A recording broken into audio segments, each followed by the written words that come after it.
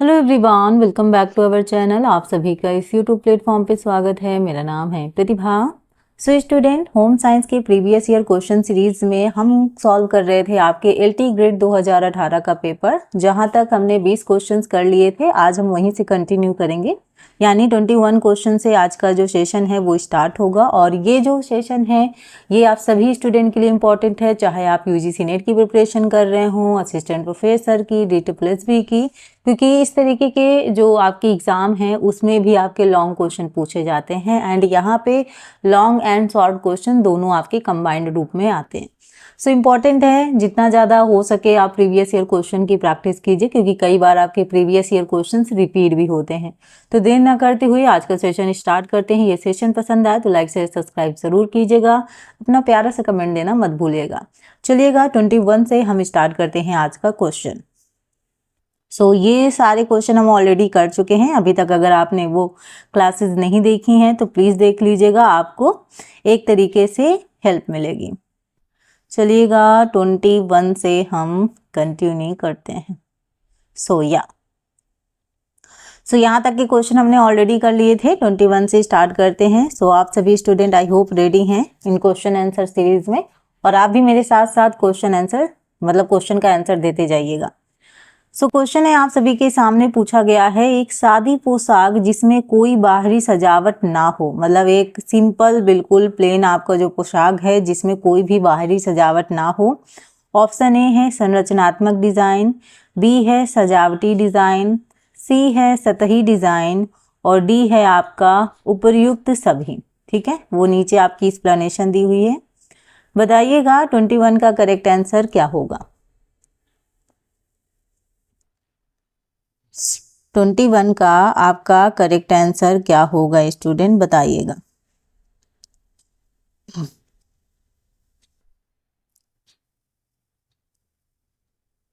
ठीक है, सो यहाँ पे स्टूडेंट अगर हम बात करें अपने करेक्ट आंसर की कि हमारा जो करेक्ट आंसर है वो क्या होगा, सो वो होगा आपका ऑप्शन ए संरचनात्मक डिज़ाइन। ऑप्शन ए आपका क्या है, राइट आंसर है। देखते हैं थोड़ा सा इसके बारे में भी।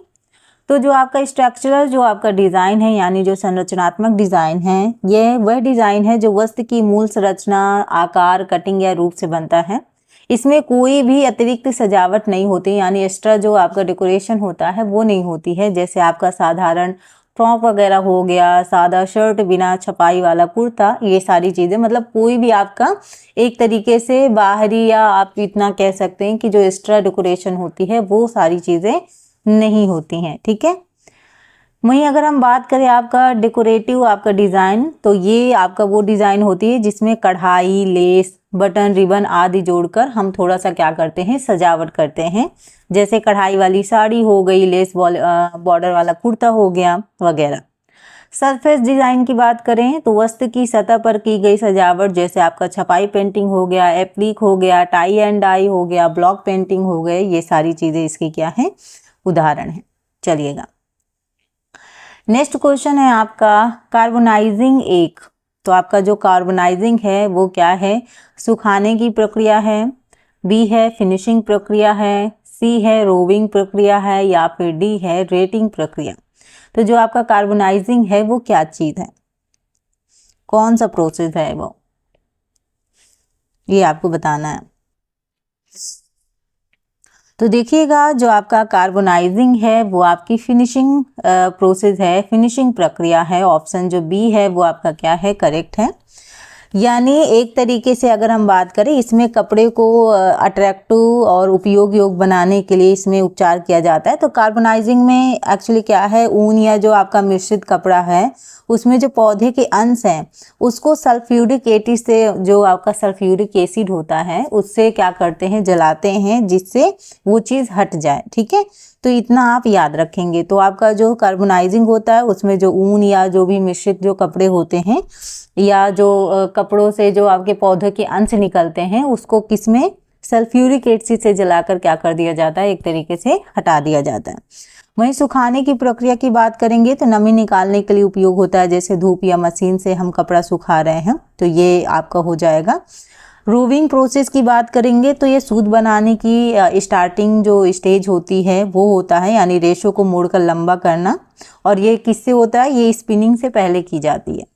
रेटिंग की बात करें स्टूडेंट तो यह फाइबर निकालने का प्रोसेस है जो फ्लैक्स, जूट और पौधे के जो तने हैं उनसे रेशा अलग करने के लिए होता है। तो ये भी आपका फिनिशिंग का हिस्सा नहीं है। सो ऑप्शन जो बी है वो आपका क्या है, करेक्ट है। चलिएगा क्वेश्चन नंबर 23 जो है, बैठने एवं खड़े होने की स्थिति में मुद्रा के रखरखाव के लिए आवश्यक मांसपेशी है। तो बैठने एवं खड़े होने की स्थिति में मुद्रा के रखरखाव के लिए आवश्यक मांसपेशी है, ये आपको बताना है। इसका करेक्ट आंसर क्या होगा, इंग्लिश में भी देख लें। देन ऑप्शन जो है वो है आपके कंकाली मांसपेशी, बी है चिकनी मांसपेशी, सी है हृदय मांसपेशी और डी है उपर्युक्त में से कोई नहीं। तो एक बार फिर क्वेश्चन देख लें, बैठने एवं खड़े होने की स्थिति में मुद्रा के रखरखाव के लिए आवश्यक मांसपेशी है, ये आपको बताना है। इसका करेक्ट आंसर क्या होगा। स्टूडेंट यहाँ पे अगर हम बात करें इसका जो आपका करेक्ट आंसर है वो है आपका कंकाली मांसपेशी। ऑप्शन ए आपका क्या है, राइट आंसर है। तो ये हड्डियों से जुड़ी मांसपेशी होती है जो हमारी मुद्रा है यानी पोस्चर है और जो गति है उसको कंट्रोल करती है, जैसे बैठना हो गया, खड़े रहना, चलना, ये सारी चीज़ें। वहीं अगर हम चिकनी मांसपेशी की बात करेंगे, स्मूथ जो आपकी मसल्स है, ये आंत, पेट और रक्तवाहिनी में पाई जाती है और ये क्या है, ये इसका पोस्चर से कोई लेना देना नहीं है। वहीं अगर हम हृदय मांसपेशी की बात करें, ठीक है, तो ये हृदय की दीवार में पाई जाती है, याद रखेंगे। तो आपका जो करेक्ट आंसर है वो ऑप्शन ए है। नेक्स्ट क्वेश्चन है, हैप्लॉइड जो आपका संख्या है वह एक पद है जिसका उपयोग किया जाता है। आपके ऑप्शंस है माइटोसिस में, बी है मियोसिस में, सी है म्यूटेशन में और डी है नन ऑफ द अबव, मतलब कोई में भी नहीं। तो बताइएगा, हैप्लॉइड जो आपका संख्या है वह एक पद है जिसका उपयोग किया जाता है, बताइएगा। यहाँ पे जो आपका करेक्ट आंसर है स्टूडेंट वो है आपका मियोसिस। ऑप्शन जो बी है वो आपका क्या है, करेक्ट आंसर है मियोसिस। तो यहाँ गुणसूत्रों की संख्या क्या होती है, एक तरीके से आधी होती है, इसलिए इसे क्या कहा जाता है, हैप्लॉइड शब्द इससे मियोसिस से जुड़ा होता है। वहीं अगर माइटोसिस की बात करें तो यहाँ कोशिकाएं दो समान जो आपका डिप्लॉइड है वो कोशिका में विभाजित होती हैं, यानी 2:1 से 2:1। और यहाँ म्यूटेशन की बात करें स्टूडेंट तो ये जीन या गुणसूत्रों में स्थायी परिवर्तन होता है। तो ऑप्शन जो बी है वो आपका करेक्ट है। 25 है, मोनोसाइड से छोटी रक्त कोशिकाएं जिनमें बड़े नाभिक होते हैं। ऑप्शन है आपके एरिथ्रोसाइट्स, बी है लिम्फोसाइट्स, सी है बेसोफिल्स और डी है प्लेटलेट्स। तो मोनोसाइट से छोटी रक्त कोशिकाएं जिनमें बड़े नाभिक होते हैं वो आपसे पूछा गया है, बताइएगा आपका इसका जो करेक्ट आंसर होगा वो क्या होगा। इसका जो राइट आंसर है स्टूडेंट वो है आपका लिम्फोसाइट्स। ऑप्शन बी इसका करेक्ट आंसर है। तो श्वेत रक्तिकाएं यानी WBC हैं एक तरीके से, तो आकार में मोनोसाइट से छोटी लेकिन जो आपका नाभिक है उससे बड़ा है। तो इसमें रोग प्रतिरोधक जो तंत्र है ये इसमें कार्यरत होता है, इसमें कार्य करता है। इरिथ्रोसाइट की बात करेंगे तो ये इसमें नाभिक नहीं होता है, ठीक है, और ऑक्सीजन वहन करते हैं। बेसोफिल्म की बात करेंगे, आपका बेसोफिल्स जो है आपका ये WBC का प्रकार है। हिस्टामिन और जो आपका हेपारिन है उसको छोड़ते हैं, यह आकार में विशेष रूप से छोटा होता है। वहीं अगर हम बात करेंगे प्लेटलेट्स की तो रक्त के थक्के जमाने में ये हेल्प करता है और बहुत छोटे और नाभिक रहित होते हैं ये। तो आपका जो ऑप्शन बी है वो आपका करेक्ट है। 26 है आपका, रोरसैक इंक ब्लॉट टेस्ट किस प्रकार की तकनीक है। रोरसैक इंक ब्लॉट जो आपकी टेस्ट है वो किस प्रकार की तकनीक है वो पूछा गया है। आपके ऑप्शंस हैं सोशियोमेट्रिक टेक्निक, बी है आपका रचनात्मक तकनीक, सी है आपका समापन तकनीक और डी है आपका प्रक्षेपी तकनीक। तो जो आपका रोरसैक इंक ब्लॉट है, जो आपका टेस्ट है, वो किस प्रकार की टेक्निक है, ये आपसे पूछा गया है। बताइएगा करेक्ट आंसर क्या होगा। Question number 26। तो ये जो है ये आपका प्रक्षेपी तकनीक है, प्रोजेक्टिव जो टेक्निक है ये है आपका, ठीक है।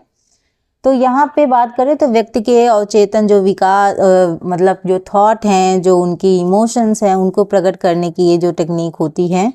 वहीं अगर हम बात करें आपके सोशियोमेट्रिक टेक्निक की, तो ये समूह में जो रिलेशन है उसको मापने की तकनीक होती है, यानी मित्रता, स्वीकृति वगैरह। वहीं अगर हम रचनात्मक तकनीकी की बात करेंगे तो व्यक्ति को कुछ बनाकर व्यक्त करने के लिए कहा जाता है, जैसे कहानी वगैरह सुनाना। और वहीं अगर हम समापन तकनीकी की बात करेंगे तो व्यक्ति को अधूरी स्थिति देकर पूरी करने को कहा जाता है, मतलब सेंटेंस आपका एक तरीके से कंप्लीट करना, एक तरीके से फिनिश करना, कंप्लीट करना, वो सारी चीज़ें। तो ऑप्शन जो डी है वो आपका करेक्ट है। नेक्स्ट क्वेश्चन रिसर्च से रिलेटेड है, पूछा गया था अनुसंधान डिजाइन जो सबसे सरल और सबसे कम संरचित है कहलाता है, ठीक है, कहलाता है। आपके ऑप्शंस हैं पूर्व प्रयोगात्मक डिजाइन, बी है निर्णायक अनुसंधान डिजाइन, सी है अन्वेषणात्मक अनुसंधान डिजाइन और डी है वर्णनात्मक अनुसंधान डिजाइन। तो अनुसंधान डिजाइन जो सबसे सरल और सबसे कम संरचित है कहलाता है। Question number 27। यहाँ पे बात करें तो आपका जो करेक्ट आंसर है वो है आपका एक्सप्लोरेटरी, आपका रिसर्च डिजाइन, यानी ऑप्शन जो सी है वो आपका क्या होगा, करेक्ट आंसर होगा, ठीक है। तो विषय नया हो, जानकारी कम हो, तब इसका यूज होता है, यानी सबसे सरल और एक तरीके से फ्लैक्सिबल समझ सकते हैं आप इसे, ठीक है। प्री आपका जो एक्सपेरिमेंट जो डिज़ाइन है उसको मतलब एक या कुछ केसों पर सीमित इसका यूज़ होता है। वहीं अगर हम बात करें आपकी कंक्लूसिव आपका रिसर्च डिज़ाइन की, तो परिणाम को प्रमाणित करने के लिए ये डिज़ाइन किया जाता है। और वहीं डिस्क्रिप्टिव डिज़ाइन की बात करें तो यह तथ्य और जो परिस्थिति होती है या कोई भी घटना है उसका वर्णन करने का एक तरीके से अध्ययन किया जाता है आपके डिस्क्रिप्टिव डिज़ाइन में। तो आपका जो करेक्ट आंसर है वो है ऑप्शन सी। सैम्पलिंग जो प्रायिकता सैम्पलिंग डिज़ाइन के अंतर्गत आती है, तो सैम्पलिंग जो आपका प्रायिकता सैम्पलिंग डिज़ाइन के अंतर्गत आती है। सो आपके ऑप्शंस हैं क्लस्टर सैम्पलिंग, बी है कोटा सैम्पलिंग, सी है उद्देश्यपूर्ण सैम्पलिंग और डी है सुविधा सैम्पलिंग। तो देखिएगा क्वेश्चन, सैम्पलिंग जो प्रायिकता सैम्पलिंग डिज़ाइन के अंतर्गत आती है ये आपको बताना है, आंसर क्या होगा। तो ये जो है ये आपके क्लस्टर आपका सैम्पलिंग है, ऑप्शन ए आपका क्या है, राइट आंसर है। तो जनसंख्या का जो समूह है उसमें बांटकर कुछ समूहों को यादृच्छिक रूप से एक तरीके से चुनना होता है, ठीक है। वहीं अगर हम क्वाटा जो आपका सैम्पलिंग है या कोटा सैम्पलिंग जो है वो जनसंख्या के उप समूहों के लिए एक तरीके से कोटा पर एक तरीके से जो सैंपल्स होते हैं उनको चुनना होता है। वहीं अगर हम आपका जो उद्देश्यपूर्ण सैम्पलिंग है उसकी बात करें तो ये शोधकर्ता की सोच से नमूने चुनने का काम होता है। और जो आपका सुविधा सैम्पलिंग है वो मतलब ये एक तरीके से इजी वे में आप चुनाव कर सकते हैं, वो ऑप्शन ए आपका करेक्ट है। 29 परिकल्पना जो दो चरों के बीच अपेक्षित संबंध नहीं बताती है कहलाती है। तो परिकल्पना जो दो चरों के बीच अपेक्षित संबंध नहीं बताती है कहलाती है, क्या कहलाती है। ऑप्शन ए एक पुच्छ परिकल्पना, बी है तर्क संगत परिकल्पना, सी है द्विपुक्ष परिकल्पना और डी है वर्णनात्मक परिकल्पना। तो परिकल्पना जो दो चरों के बीच अपेक्षित संबंध नहीं बताती है क्या कहलाती है। तो ये आपका कहलाती है डिस्क्रिप्टिव हाइपोथेसिस यानी वर्णनात्मक परिकल्पना, ठीक है। ऑप्शन जो डी है वो आपका क्या है, करेक्ट है, ठीक है। यानी केवल किसी घटना या तथ्य का वर्णन एक तरीके से, मतलब कोई संबंध नहीं बताता इसमें। सो ऑप्शन डी आपका करेक्ट है। चलिएगा क्वेश्चन 30 है आपका, पूर्वी स्कूली बच्चों के लिए प्रवेश परीक्षा पाठ्य पुस्तकों एवं गृह कार्य पर प्रतिबंध की सिफारिश किसने की है? तो पूर्वी स्कूली बच्चों के लिए प्रवेश परीक्षा पाठ्य पुस्तकों एवं गृह कार्य पर प्रतिबंध की जो सिफारिश की है वो किस आयोग ने की है? कुछ समिति ने की है। कोठारी आयोग, यशपाल समिति, राष्ट्रीय शिक्षा नीति या फिर एबॉट एंड वुड समिति। तो ये किसकी सिफारिश है बताइएगा। तो यहाँ पे बात करें तो ये जो आपका करेक्ट आंसर है ये आपका बी है, यशपाल समिति। ठीक है। सो जो आपका यशपाल जो आपकी कमेटी है उसका जो ईयर है वो है 1993 से आपका 94। ठीक है। तो ये प्री स्कूल बच्चों पर परीक्षा पाठ्य पुस्तक का होमवर्क का बोझ हटाने का एक तरीके से मतलब उसके लिए उन्होंने सिफारिश की थी। और वहीं अगर हम बात करें आपकी कोठारी कमीशन की तो 1964 से आपका 66 इसका आपका ईयर रहेगा। तो समान शिक्षा प्रणाली और गुणवत्ता पर उन्होंने क्वालिटी पर ज़्यादा जोर दिया था। राष्ट्रीय शिक्षा नीति की बात करेंगे यानी NPE 1986 की बात करेंगे तो ये साक्षरता, पाठ्यक्रम सुधार और वयस्क शिक्षा पर ये थोड़ा सा केंद्रित थी। वहीं ऑप्शन जो डी है आपका एबॉट एंड वुड समिति, इसका जो ईयर है वो 1920 है। ठीक है। और ये प्राथमिक शिक्षा और जो शिक्षक प्रशिक्षण है उनके सुधार पर इन्होंने काम किया है या उन पर जोर दिया है उन्होंने। तो ये सारी चीज़ें याद रखिएगा। आपका जो करेक्ट आंसर है वो ऑप्शन बी, यशपाल समिति। देखिएगा मैंने यहाँ पे दिया भी हुआ है तो आपको याद करने में भी दिक्कत नहीं होगी। नेक्स्ट क्वेश्चन है, मस्तिष्क अपना वयस्क भार का 90% तब पहुंचता है जब कितने वर्ष का हो बच्चा? आपका ऑप्शन है 4 वर्ष का, 5 वर्ष का, 6 वर्ष का या फिर 7 वर्ष का। तो मस्तिष्क अपना वयस्क भार का 90% तक पहुंचता है जब बच्चा कितने ईयर का होता है ये आपको बताना है। सो यहाँ पे आपका जो करेक्ट आंसर है वो है आपका ऑप्शन सी, 6 वर्ष का। 6 वर्ष आपका क्या है? करेक्ट आंसर है। ठीक है, चलिएगा। नेक्स्ट है 32, आनुवांशिकता का गुण है। आनुवांशिकता का गुण है ऑप्शन ए DNA, बी है आपका RNA, सी है आपका ATP और डी है आपका नन ऑफ द अबव। तो जो आनुवांशिकता का गुण है वो आपको बताना है और इसका जो करेक्ट आंसर है वो है ऑप्शन ए, DNA। ठीक है। DNA वंशानुगत की एक मूल इकाई होती है जिसमें जीन और आनुवांशिक सूचना होती है। वहीं RNA की बात करेंगे तो ये प्रोटीन संश्लेषण में हेल्प करता है। ATP की बात करेंगे तो ये आपका ऊर्जा मुद्रा यानी एनर्जी करेंसी आपका एक तरीके से होता है। और नन ऑफ द अब तो मतलब गलत ही है। तो ऑप्शन जो ए है वो आपका करेक्ट है। 33 है, 5 वर्ष के बच्चे कागज को कैंची से सीधी रेखा में काट सकते हैं, ये कौशल है। अगर 5 वर्ष का बच्चा कागज को कैंची से सीधी रेखा में काट सकते हैं तो यह कौशल है। आपके ऑप्शंस हैं स्थूल गामक कौशल यानी ग्रॉस मोटर स्किल, बी है सूक्ष्म गामक कौशल, ठीक है, सी है आपका तकनीकी कौशल और डी है आपका कोई नहीं। तो 5 वर्ष के बच्चे कागज को कैंची से सीधी रेखा में काट सकते हैं, यह कौशल है। सो ये जो आपका कौशल है स्टूडेंट, ये है आपका फाइन मोटर स्किल यानी सूक्ष्म गामक कौशल। ऑप्शन जो आपका बी है वो आपका क्या है? करेक्ट है। तो ग्रॉस मोटर जो आपका स्किल होता है इसमें बड़े जो मसल्स हैं, बड़े अंग हैं, उनकी गतिविधि शामिल होती है। जैसे आपका दौड़ना हो गया, आपका कूदना हो गया। वहीं अगर हम फाइन मोटर स्किल की बात करेंगे तो हाथ उंगलियों की सटीक गतिविधि, जैसे कैंची काट रहे हैं, लिखने का काम हो गया, वो सारी चीज़ें आती हैं। यानी जिसमें सूक्ष्म मसल्स का यूज़ होता है, जैसे आँखों में आईलाइनर लगाना, ये भी हो सकता है। तकनीकी कौशल की बात करेंगे तो मशीन या औजार चलाने से जो जुड़ी क्षमता होती है, जो जुड़ा कौशल होता है, वो आपका तकनीकी कौशल होता है। तो ऑप्शन जो बी है वो आपका क्या है? करेक्ट है। 34 क्वेश्चन है आपके सामने, ऑपरेंट कंडीशनिंग की अवधारणा किसने दी है? आपके ऑप्शंस हैं स्किनर, बी है पावलोव, सी है मैस्लो और डी है इनमें से कोई नहीं। तो ऑपरेंट कंडीशनिंग की अवधारणा किसने दी है आपको बताना है। Question number 34।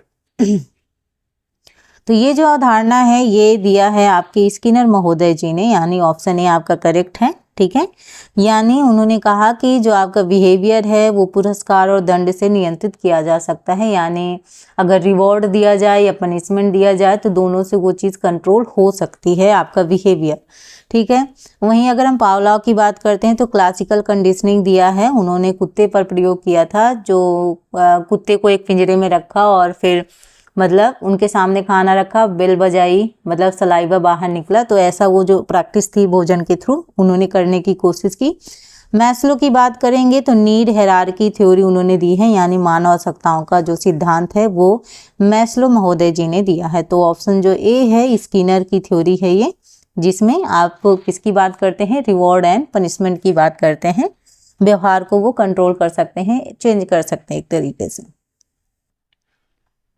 क्वेश्चन नंबर 35 है आपका, एनवायरमेंट शब्द का अर्थ है नियंत्रण। ठीक है, आपके ऑप्शंस हैं संपत्तियों पर, बी है ज्ञान पर, सी है दृष्टिकोण पर, और डी है आपका उपर्युक्त सभी। तो एम्पावरमेंट जो है आपका, एनवायरमेंट मैंने गलती से बोल दिया शायद, एम्पावरमेंट जो है आपका उस शब्द का अर्थ है आपका नियंत्रण। अब बताइएगा इसका करेक्ट आंसर क्या होगा।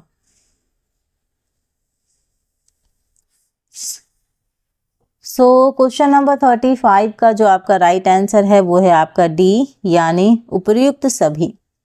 ऑप्शन जो डी है वो सही है, यानी संपत्तियों पर भी। ठीक है, उसके साथ साथ ज्ञान पर और आपका दृष्टिकोण पर। ठीक है, सारी चीजें आपकी सही हैं।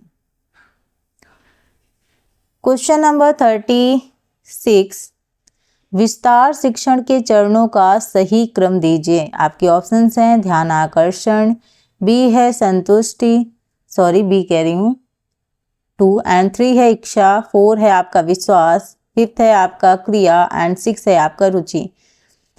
तो बताइएगा कि जो आपका विस्तार शिक्षण के जो चरण हैं उनका क्रम कैसे लगेगा। नीचे कोड भी दिया हुआ है, बताइएगा। यहाँ पे आप कोड भी देख सकते हैं और अरेंज कर सकते हैं। मैं थोड़ा सा छोटा कर देती हूँ।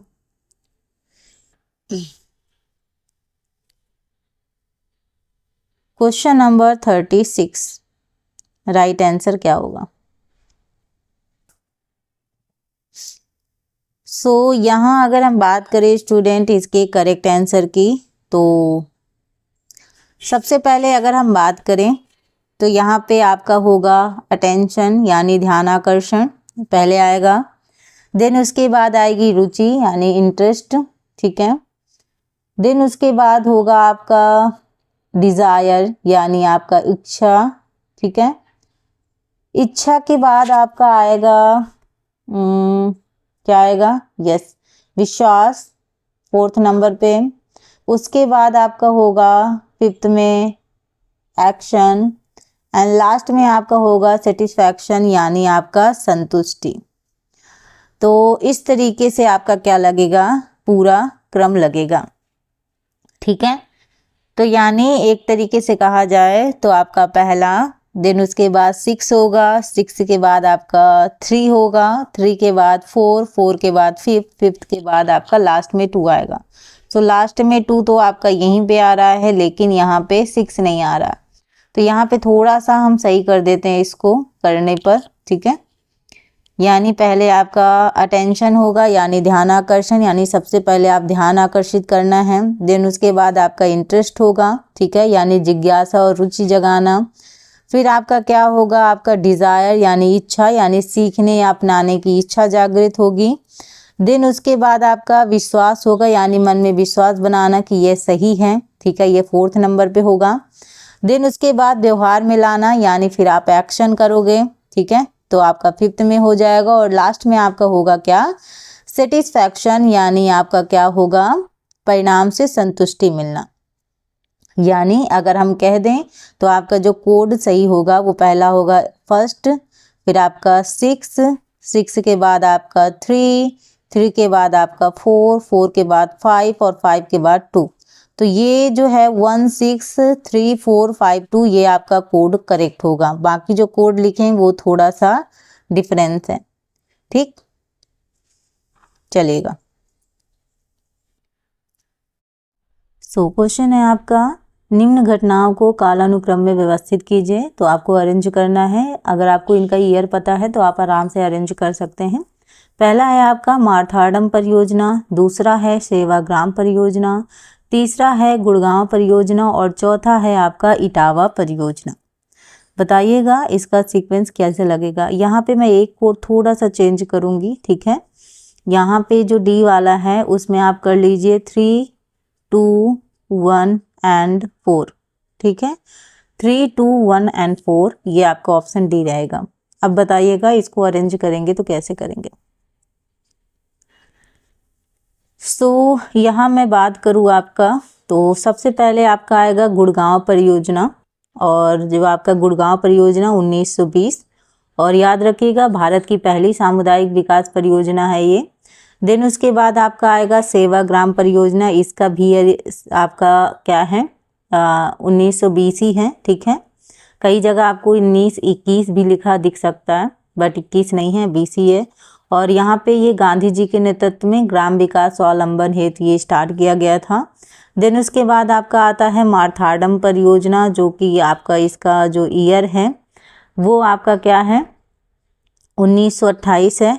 और ये जो है आपका ये डॉक्टर स्पेंसर हैग द्वारा दक्षिण भारत में ग्रामीण विकास पर ये रिलेटेड था। और यहाँ पे बात करें आपके नेक्स्ट की, तो ये जो है आपका इटावा परियोजना, इसका है 1948 और अल्बर्ट मेयर द्वारा शुरू किया गया था। आधुनिक जो आपका कम्युनिटी है वो डेवलपमेंट की इसमें नींव रखी गई थी। सो एक बार मैं फिर से बता देती हूँ। इसमें सबसे पहले आपका गुड़गांव होगा, यानी 3rd नंबर आएगा सबसे पहले, ठीक है, जो कि इसका ईयर हमने आपसे बात की 1920। देन उसके बाद आपका होगा सेवाग्राम, आपका 2nd नंबर आएगा 1920।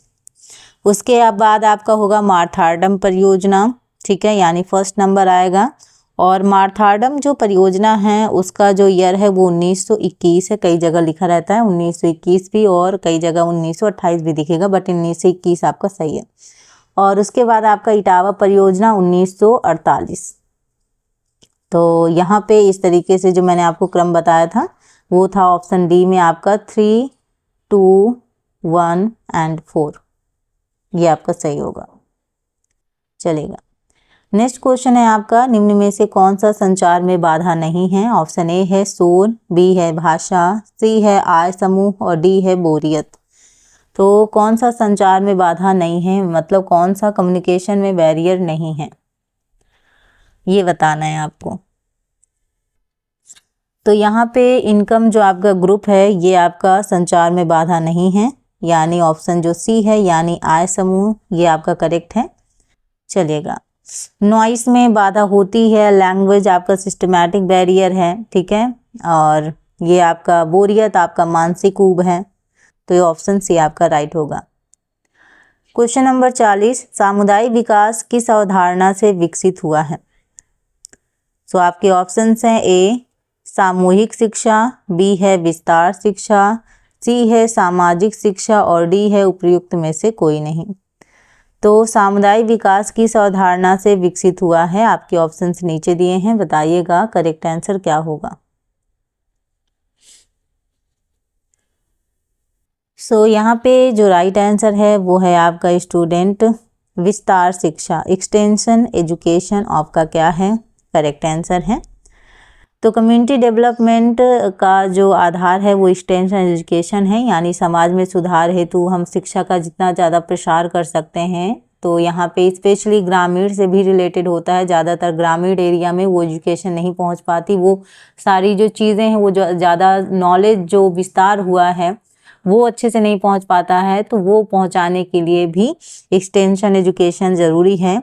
वहीं अगर हम बात करें अदर ऑप्शंस की, तो अदर ऑप्शन जो आपका सामूहिक शिक्षा सामाजिक शिक्षा ये आपके सही नहीं है, तो ऑप्शन बी आपका करेक्ट है। क्वेश्चन 41 है आपका, प्रधानमंत्री कौशल विकास योजना है। आपके ऑप्शंस हैं औपचारिक शिक्षा यानी फॉर्मल एजुकेशन, बी है नॉन फॉर्मल एजुकेशन, सी है ग्रुप एजुकेशन और डी है इनफॉर्मल एजुकेशन। तो प्रधानमंत्री कौशल विकास योजना आपकी क्या है, ये आपको बताना है। सो ये जो है आपका, ये है आपका नॉन फॉर्मल एजुकेशन यानी अनौपचारिक शिक्षा, ठीक है। तो यह योजना युवाओं को रोजगार हेतु कौशल सिखाने के लिए किया गया है, जो आपका फॉर्मल स्कूलिंग से आपका बाहर सीखा जाता है, इसलिए आपका क्या कहा जाता है, non formal education. Formal education मतलब विद्यालय आधारित होता है, ठीक है। और इनफॉर्मल जो आपका एजुकेशन है वो दैनिक जो आपकी एक्सपीरियंस है, डेली के जो एक्सपीरियंस है उससे रिलेटेड होता है। चलेगा, नेक्स्ट है आपका स्वच्छता संरक्षण एवं जल आपूर्ति किसके कार्य हैं। आपके ऑप्शंस हैं पंचायत, बी है पंचायत समिति, सी है जिला परिषद और डी है उपर्युक्त में से कोई नहीं। तो स्वच्छता संरक्षण एवं जल आपूर्ति किसके कार्य हैं, बताइएगा स्टूडेंट, करेक्ट आंसर क्या होगा। 42। सो ये जो आपके कार्य हैं ये हैं ऑप्शन ए पंचायत के, ऑप्शन ए आपका राइट आंसर है। यानी गांव स्तर पर पंचायत जल निकासी और जो साफ सफाई होता है वो सारी काम देखते हैं, बिजली, साफ सफाई, सड़क, ये सारी चीज़ें अगर गांव से रिलेटेड है तो आपका पंचायत देखती हैं, ठीक है। और जो आपका पंचायत समिति है वो विकास योजनाओं का समन्वय करती है, और जो आपका जिला परिषद है वो जिला स्तर की जो योजना होती है वो बनाती है। तो ऑप्शन ए आपका करेक्ट है। नेक्स्ट है आपका लोकतांत्रिक विकेंद्रीकरण की अवधारणा किसने दी है। तो लोकतांत्रिक विकेंद्रीकरण की जो अवधारणा दी है वो उनके ऑप्शंस हैं आपके, ए वेगल राव, बी है जीएस मेहता, सी है एमएस रंधावा और डी है बलवंत राय जी मेहता। सो क्या है, लोकतांत्रिक विकेंद्रीकरण की अवधारणा किसने दी है ये आपको बताना है। तो अभी तक तो हम लोग लॉन्ग क्वेश्चन कर रहे थे, अब थोड़ा सा आपके शॉर्ट हैं तो आराम से आप आंसर कर सकते हैं। सो इसका जो आपका करेक्ट आंसर है वो है बलवंत राय मेहता। क्या है आपका, बलवंत राय आपका मेहता। तो यहाँ पे 1957, ठीक है, यहाँ पे आपका बलवंत राय मेहता कमेटी ने लोकतांत्रिक विकेंद्रीकरण की क्या की थी, सिफारिश की थी, और 3 स्तरीय पंचायत राज व्यवस्था हुई थी, जो कि आपकी ग्राम पंचायत, ठीक है, आपकी पंचायत समिति और आपका जिला परिषद, ये इनका सुझाव दिया गया था। 44 क्वेश्चन है आपका, विस्तार शिक्षा का सिद्धांत है। तो एक्सटेंशन एजुकेशन का प्रिंसिपल आपसे पूछा गया है, देखकर सीखना, करके सीखना, पढ़कर सीखना या फिर सुनकर सीखना। तो विस्तार शिक्षा का सिद्धांत आपसे पूछा गया था, बताइएगा इसका करेक्ट आंसर क्या होगा। तो इसका जो करेक्ट आंसर है वो है student option B, learning by doing, यानी करके सीखना। तो एक्सटेंशन एजुकेशन का जो मेन आपका सिद्धांत है वो करके सीखना, ताकि जो आपकी नॉलेज है वो आपके व्यवहार में भी झलके, ये सारी चीज़ें।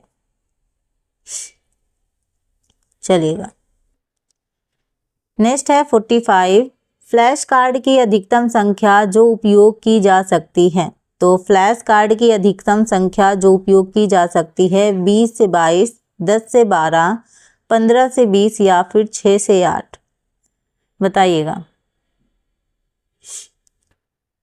45 का करेक्ट आंसर क्या होगा। तो यहाँ पे स्टूडेंट अगर हम बात करें इसके राइट आंसर की, सो यहाँ पे जो आपका राइट आंसर है वो है आपका 10 से 12, ऑप्शन बी।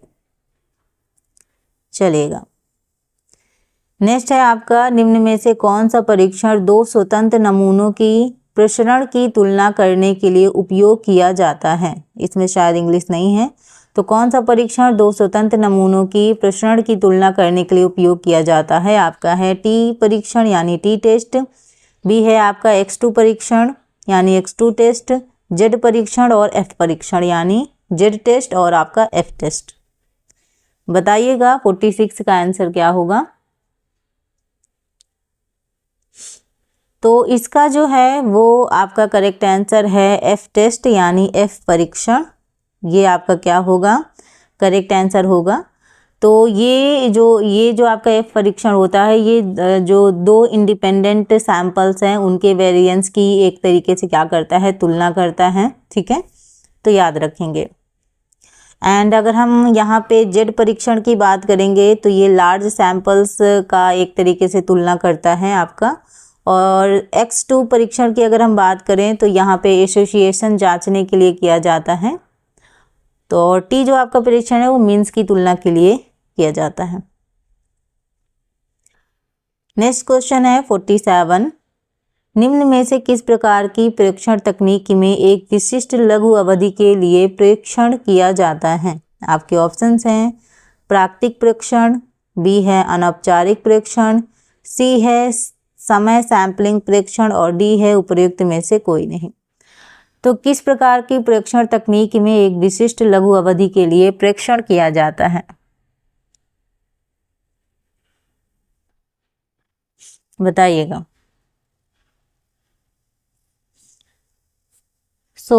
इसका जो आपका करेक्ट आंसर होगा स्टूडेंट वो होगा समय सैंपलिंग परीक्षण। ऑप्शन सी इसका क्या है राइट आंसर है। तो जो टाइम सैंपलिंग में वो विशिष्ट समय अवधि में जो आपका बिहेवियर है उसको क्या किया जाता है, एक ऑब्जर्व किया जाता है।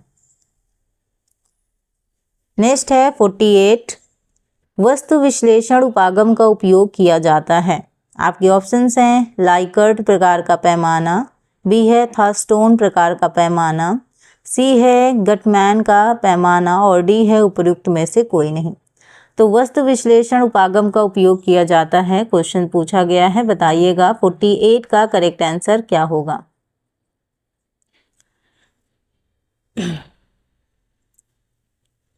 तो यहाँ पे अगर हम बात करें तो आपका जो करेक्ट आंसर है स्टूडेंट वो आपका क्या होगा बताइएगा।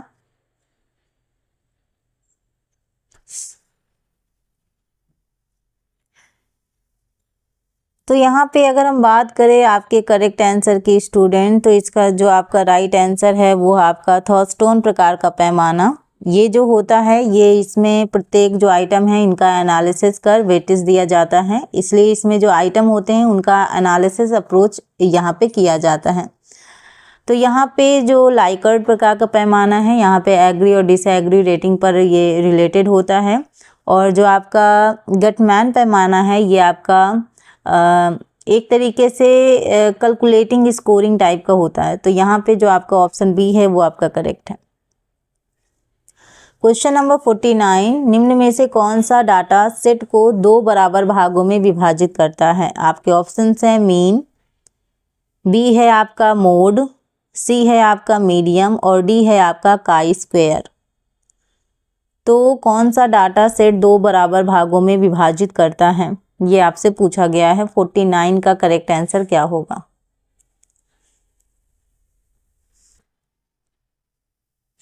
तो यहाँ पे अगर हम बात करें तो आपका करेक्ट आंसर है मीडियम। ऑप्शन जो सी है वो आपका क्या है करेक्ट आंसर है, यानी मीडियम वह मान है जो डाटा को दो बराबर भागों में क्या करता है डिवाइड करता है, बांटता है। लास्ट करते हैं क्वेश्चन 50। आपका अंडा परिपक्व होता है 20 दिनों में, 25 दिनों में, 28 दिनों में या फिर 30 दिनों में। तो अंडा परिपक्व होता है बताना है कितने दिनों में। सो ये जो होता है ये होता है आपका 28 दिनों में। ऑप्शन जो आपका सी है वो आपका करेक्ट आंसर है, ठीक है। सो स्टूडेंट ये रहे आज के 50 क्वेश्चन। आगे के 51 से हम लोग नेक्स्ट डे पर स्टार्ट करेंगे, ठीक है। तो अभी आपने जितने क्वेश्चंस किए हैं उतने अभी हम आगे और भी क्वेश्चंस करने वाले हैं। सो बने रहिएगा इस चैनल के साथ। और ये क्लास पसंद आई हो तो लाइक शेयर सब्सक्राइब ज़रूर कीजिएगा, प्यारा सा कमेंट देना मत भूलिएगा। मिलते हैं अगले सेशन में। अपना ध्यान रखिएगा, अपने माता पिता का। Thank you for watching student, thank you so much, bye bye.